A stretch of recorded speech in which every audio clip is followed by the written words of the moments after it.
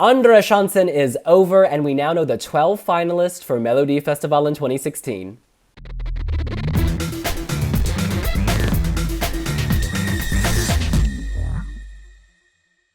You guys, Andra Chansen pretty much went according to our plans. Let's go through this duel by duel, starting with Panetoz beating Molly Pettersson Hammar.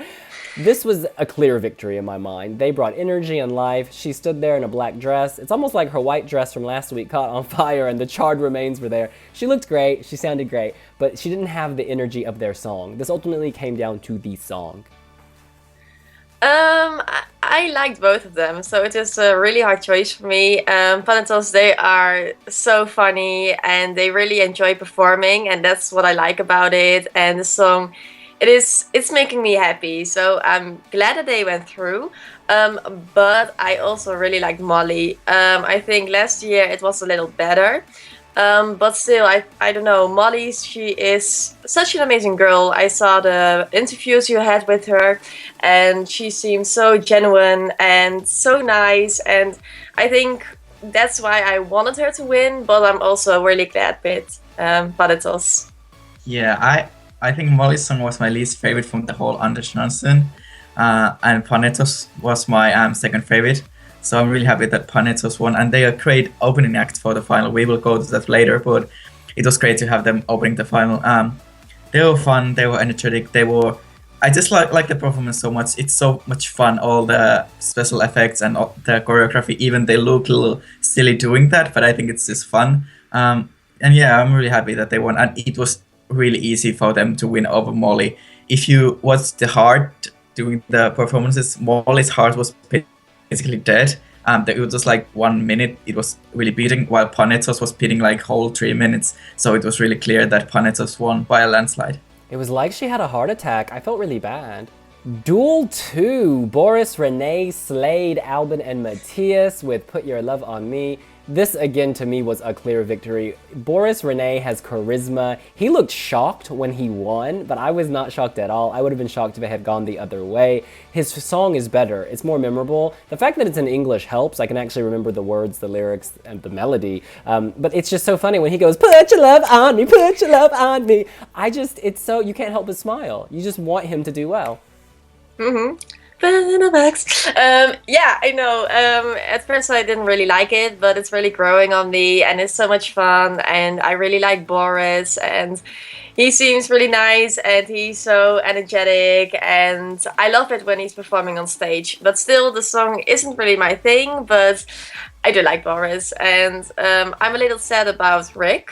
I did like the song. I know that not a lot of people liked it, but I think the chorus, it was really good, and I liked that it was in Swedish, so that was, yeah, an extra bonus point. But I don't know, this won't win, but it is good enough.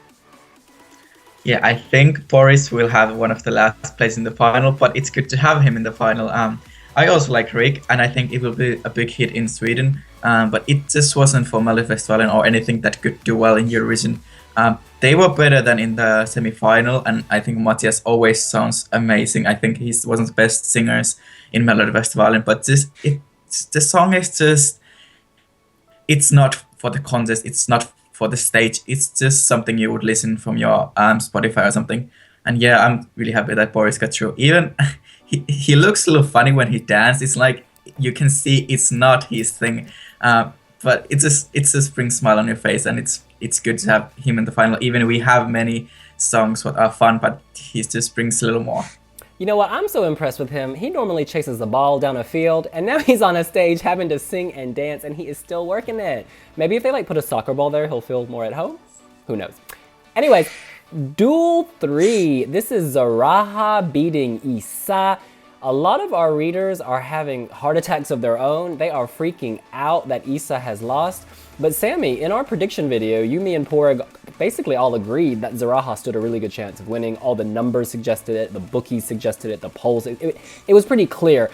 I think Saraha's act was simpler but because it was, you know, just people dancing, it was easier to access. It was more fun. It was like a carnival, whereas Issa's was a little depressing and like, you know, a big old sheet and a big old heart and she's all, oh, I'm boohoo. You know, it was just like such contrasting songs. I think Saraha captured the mood. People want to smile. Yeah, not really. A week ago I made a list for myself with all the 27 songs. Issa is my third, and Saraha was somewhere around 19 or 20 or even worse. So I think it's pretty clear that I don't like Saraha at all, and I absolutely loved Issa. I think the staging was amazing, and for her age, she is doing such an incredible job, and I'm really blown away by that. And I know that a lot of people like Saraha and that they predicted that she will go to the final, but still I'm really upset about it. Yeah, I think, like I said in the prediction, I thought that Issa will get the teenage votes more than Saraha, but that's what happened. And I liked both the songs. I didn't mind either of them, and just Saraha is bringing something fun to the final again. Like all of the qualifiers from the Andra Chansen they are all fun songs. There's no ballads, there's no like big female singers. They're bringing some fun. And I think we already have Lisa Ajax in the final, so we didn't need Issa there. It's really shocking for Issa because she was the big name last year, and just coming back with totally different song. I think that was her mistake. Maybe people wanted some fun for Issa as well. I can't see Issa coming back in next couple of years because of this, but maybe it will be her time one year. I think she'll do better in the future as well, because the problem for me is that this song isn't age appropriate. It's like a 32-year-old woman would sing this, not a 16 or 17-year-old girl. And last year she did well because she sang a song that was young and fun and it fit who she is. And I know she's got the vocals of an adult. She could blow those 30-year-olds away, but I just think she needs a more age-appropriate song. And also the performance, it was different this time. It was much better in the semi-final. I didn't like the performance that much. They didn't have Eddie on the stage this time. They didn't have the Rose. So I don't know why they did the change, because usually in Melodifestivalen they rehearse the performance so much ahead of the semi-finals, and now she changed something, and I don't know why she did it. I think that maybe was one of the reasons why she got out. Mm-hmm. Because that part was the thing that most people liked about it, yeah. It's interesting because at the beginning you could hear her drop the rose in the microphone, and I wonder if they thought, ooh, it sounds unprofessional, but I liked that because it showed it was real. All right, the final duel, the most anticipated in many ways, was Samir and Viktor slaying Dolly Style. It was sweet at the end when they announced the results. Viktor and Samir actually wore the Dolly ears. Very cute. You guys, we knew this was going to be Samir and Viktor's for the taking. They've had millions of YouTube views, way more than anyone else. I think, 15 million streams on Spotify. They are all over the place. I thought their act looked better. The producers worked with the camera angles to make it look less empty. In the semi-final, there were vast stretches where people were just standing there. Whereas tonight, you didn't notice that. And they put the camera closer on their face at times. I think they've had, several weeks to figure this out. I think it looked a lot better. They were the clear victors in my mind. I love this result, and that's not because I love Samir and Viktor. Well, I do, but not just because of that. It's because I absolutely hate Dolly Style. I've said it before, I hate it, absolutely hate it. I've got a lot of haters because of that, but I keep continuing with it. I hate it. So I'm really glad that they are not going to the finals. About Samir and Viktor, it's not a song I want to win in the final, but I think it's really fun to have them. And the song, I kind of like it. It is fun. I want to dance, and they're not great singers, but they're giving a show, and the show is really good, and I am enjoying it, and I think that everyone will. Yeah, it was funny to see. If you watch the hard thing, on the Dolly Style performance, it was basically dead. They didn't have any of the lightings. It was basically dead, the whole performance. But when Samir Viktor came on, it was beating all the time. So you knew that Samir Viktor will win for sure.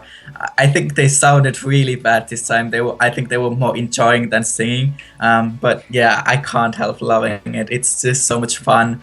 Samir Viktor are they are nice characters. And you said it can't win, but how amazing it will be it to win ahead of Molly and France and everyone. I think they will do very well in Televote. Of course, juries won't love them as much because they never like Swedish songs and like novelty acts. But it's just good to have them in the final.